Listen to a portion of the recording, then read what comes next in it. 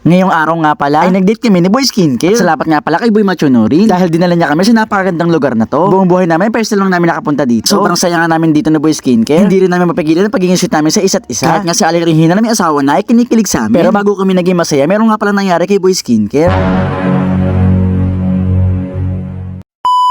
Isang umaga, bigla na lang ako nagulat sa chat ni Boy Machonorin sa GC namin. Ang sabi niya kasi, guys, kain tayo sa labas, libre ko. Maligo na kayo, now na. Basta libre, mabilis kami. Dahil ligo na ako, si Boy Skincare na lang hinihintay ko matapos maligo. Dahil matagal na rin namin hindi nakakasama si Ichang Bungga. Lagi din namin siyang niyayakag. Sobrang tagal na kasi namin siyang hindi nakakasama. Hindi kasi siya lagi sumasagot sa mga GC namin. Lulungkot kami kasi miss na namin kasama si Ichang Bungga. Kaya lang, nung pinuntahan namin siya dito sa bahay nila, wala siya, yung mga aso lang niya nandito. Hindi namin alam kung mayroon ba siyang problema. Kasi hindi na talaga siya sumasama sa amin. Ito naman kuya niya na sinoknok paputok. Hindi rin daw niya alam kung nasa si Ichang Bungga. Hindi rin daw siya sasama. Andito na nga pala ang kotse ni Boy Machonorin na si Angel. Hindi ko to rin masasabing kompleto ang tindugyot dahil hindi naman talaga kami kompleto. Pero kahit ganoon, pipilitin namin maging masaya sa araw na to. Siyempre, mas masaya kung madami kami. Pero siyempre, respect na lang namin kung gusto mo na si mama o hindi. Medyo malayo-layo nga pala ang biyahe namin. Loob ng 1 hour na biyahe namin. Pero pala masamang naramdaman si Boy Skincare. Masakit daw kasi yung tiyan niya eh. Kaya tumigil kami saglit at sinamahan namin siya para maghanap ng CR. Dito nga pala kami sa gasolinahan na patigil. Kaya naman naghahanap kami ng CR. Hindi ko nga lang sure kung CR ba itong mga nakikita namin. Mga nakalak kasi kaya hindi namin mabuksan. Sabi nga pala na Boy Skincare, hindi daw niya kaya. Buti na lang meron dito malapit na mall. Dito namin siya sinamahan at kami ang nagbantay sa kanya. Habang binabantayan ko siya, si Boy Ubo naman ang bubuli ng tissue para sa kanya. After 30 minutes sa loob, nakahinga na nga naman luwag si Boy Skincare. At medyo masakit mga daw ang tiyan niya. At para daw hindi na tayong ginawa niya, nag-spray siya ng pabango. Meron nagsabi sa amin na okay daw ang saging. Okay daw ang saging para sa mga humihilab na tiyan. At syempre dahil nga hindi naman kami sigurado, bumili na lang kami ng tubig. Medyo pinagpawisan din kasi si Boy Skincare sa loob ng CR eh. Ako lang ba okay din? Pag namimili kami, pinipili namin lagi yung nasa likod. Feeling ko kasi yung nasa una yung laging nahahawakan. Ewan ko ha, assumption ko lang yun. O siya, ito nga pala bumili kami ng tigi-tigis ng tubig. Pagkatapos ay bumili rin pala kami sa sasakyan. Ang totoo niyan, alas 6 na ng mga oras na to. Alas 10 pa ang huling kain namin at sobrang gutom na kami. At sa wakas after 3 hours ng biyahe, nakarating na kami dito sa Calamba. Meron nga ditong napakalaking Christmas tree. Dumayo pa talaga kami ng kabilang bayan para lang mapil namin ng Christmas. Bukod doon nakita kasi namin na sobrang ganda dito, sobrang daming pwedeng kainan. Kaya thank you kay Boy Machonorin dahil dala niya kami dito. Pagpasok nga namin sa loob, bumungad agad sa amin yung mga kainan. Merong bulalugaw, bulalo na lugaw pa. Meron din ditong sisig tapa, hindi ko alam kung ano yun.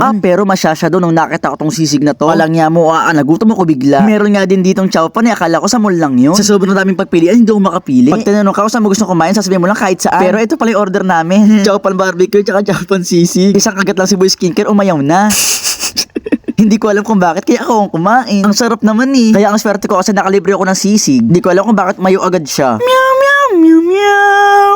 Meow meow meow meow meow. Bahala ka dyan, basta ito mauubos ko mag-isa. At dahil nga hindi siya kumain, nagkikrib daw siya sa popcorn. Pero nga pa rin yung dalawang flavor, isang yellow tsaka isang orange. Hindi ko nga lang alam kung anong flavor to. Kasi diba yung yellow cheese yun? Ano kaya flavor tong kulay orange? Grabe bata pa nung huli akong kumain ng popcorn. Ang sarap. Pagkatapos ng popcorn, nagyakin naman si Boy Skincare kumain ng puto bongbong. Umorder nga pala kami na isang order lang kasi hati na kami dito. Tulad ng popcorn, bata pa huling kain ko neto. Pero itong puto bongbong nga pala, favorite na Boy Skincare. Pero ako naman ay hindi masyado. Kaya yun ang ending, hindi rin namin naubos. Sinutsara naman namin to at hindi naman namin nagalaw tong part na to. Kaya naman binigyan na lang namin kay Boy Machonorin para matikman din niya itong puto bongbong. Medyo malakit nga na sa lalamunan kaya bumili naman kami ngayon ng drinks. Ang galing nga eh, umiikot-ikot. Akala ko sa Thailand lang meron neto. Siya nga lang pala ang binili na namin. Hindi rin naman kasi kami masyadong sa soft drinks ngayon lang kasi gusto lang namin tikman. Busog na sana kami kaso nakita namin itong ihaw-ihaw. Sino ba namang hindi mapapa-order kapag nakita mo yung ganyang kalaki? Sa mga gusto nga pala mang libre sa amin, makakatipid kayo sa amin. Kasi yung inilibre nyo ay para sa aming dalawa na. Kasi hindi naman kami ganung galakas kumain. Hindi ko ma-explain, malakas kami kumain pero konti-konti lang kasi gusto namin tikman lahat. Pero itong manok na inihaw na to, dito ako napakain ng marami kasi sobrang sarap nito. Sa lahat nga na kinain namin kahit si Boy Skincare, dito siya nasarapan. Sabi ko nga pag uwi ko ng bahay, bibili ako ng ihaw. Tapos araw-araw na ako mag-ihaw. Ang sarap. Syempre ang last, magde-dessert naman kami. Ang tawag daw dito ay Japanese yan pancake. Sa buong buhay namin at ngayon 21 years old na ako, ngayon lang ako nakakita kung paano ginagawa to. Pero nga pala siya iba't ibang flavor, meron chocolate at meron ding cheese. Sobrang sarap nga panoorin, nakakasapis siya siya sa mata habang ginagawa. O diba, ang galing nga eh. Titikman na nga namin kung anong lasa, kung makikita niya bawas na yan. Isa lang naman kasi yung binili namin tapos 5 kaming kumagat. Eh kasi 1 for all for 1 kami. Ay hindi pala,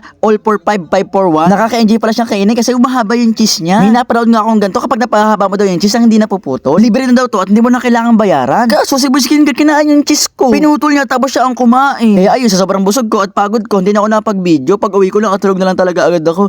Hi, so yun lang. Thanks for watching. Bye-bye! Yeah!